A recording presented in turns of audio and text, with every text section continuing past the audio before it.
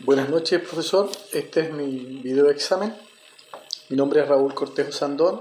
Este es el video de examen de la asignatura de Contabilidad Pública en la carrera de Técnico a nivel superior en Administración Pública.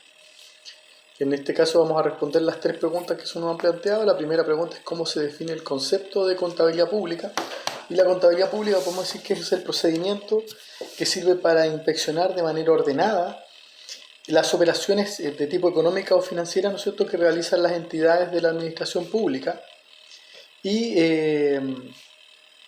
además se utilizan para brindar información presupuestal, financiera o contable para que en el fondo esta entidad pueda tomar las decisiones más adecuadas en cuanto a las distintas situaciones por las que va atravesando desde el punto de vista económico-financiero.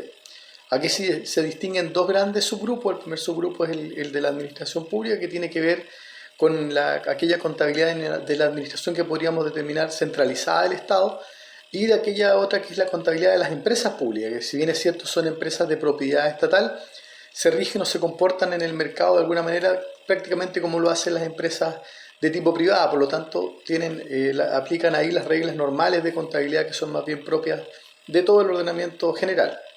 En la segunda pregunta dice cuál es el objetivo e importancia de las normas internacionales del sector público, las NICS que se conocen. En el fondo son las normas internacionales de contabilidad del sector público. Aquí podemos decir que son una serie de reglas, de directrices, de orientaciones que se han ido desarrollando a nivel internacional para el registro y control, ¿no es cierto?, de las operaciones financieras, en este caso podríamos llamarlo de la contabilidad de las empresas del sector público. Estos están realizadas de alguna manera, de manera internacional, para ir estandarizando procesos de registro y de control contable, ¿no es cierto?, y sobre todo de registrar hechos económicos de una manera más bien coordinada y sistematizada. Esto ayuda mucho a los usuarios, tanto usuarios internos como son, ¿no es cierto?, los empleados o incluso las gerencias que tienen que tomar determinaciones o decisiones respecto de ciertas situaciones, como también para aquellos organismos de control o de fiscalización que son más bien usuarios de tipo externos.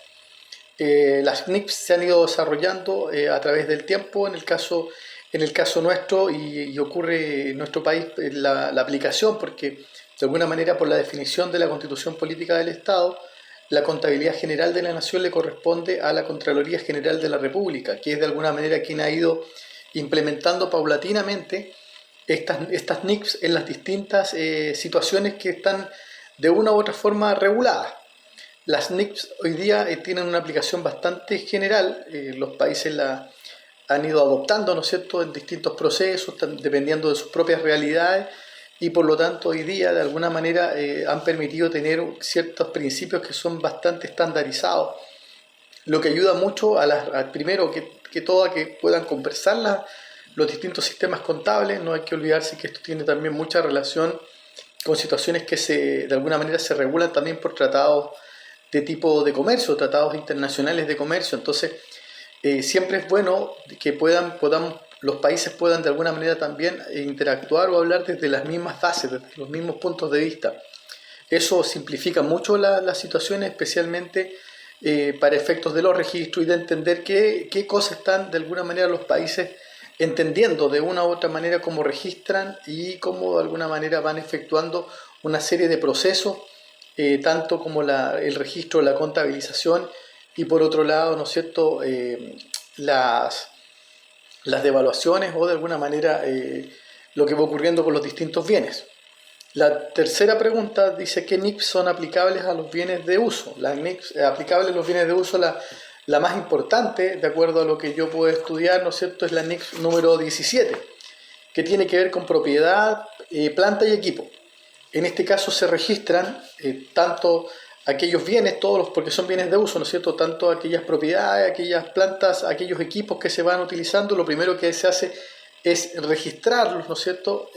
Normalmente se utilizan ahí para el momento de registrarlos los valores que tienen de adquisición, más todos aquellos valores que son asociados al costo de lo mismo. Ahí, en este caso es importante decir qué cosas se incluyen.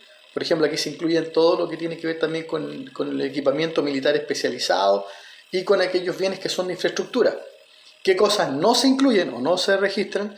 Aquí fundamentalmente tiene que ver con aquellos bienes renovables como los bosques u otros recursos que son renovables, y también aquellos derechos mineros o todos estos temas que tienen que ver con la exploración, ya sea minera o para petróleo o para gas. En ese caso no se registran. Aquí es importante para efectos sobre todo por efectos de la contabilidad, primero registrar estos bienes y por otro lado ir haciendo lo que se reconoce como poder ir calculando la vida útil que van teniendo estos para ir de alguna manera rebajando los valores hasta que desaparecen finalmente o se liquidan de la contabilidad. Es importante porque se va produciendo devaluaciones por el propio uso de los recursos y esto de alguna manera también se establece. Hay depreciaciones que se llaman, ¿no es cierto? Hay depreciaciones normales y depreciaciones que son aceleradas dependiendo del uso que se le va dando a estos recursos, a estos bienes de uso normal. Por eso se llaman bienes de uso. Creo que es cuanto puedo señalar, comentarle que el ramo me pareció muy interesante y creo que es de mucha aplicación para lo que estamos estudiando. Buenas noches.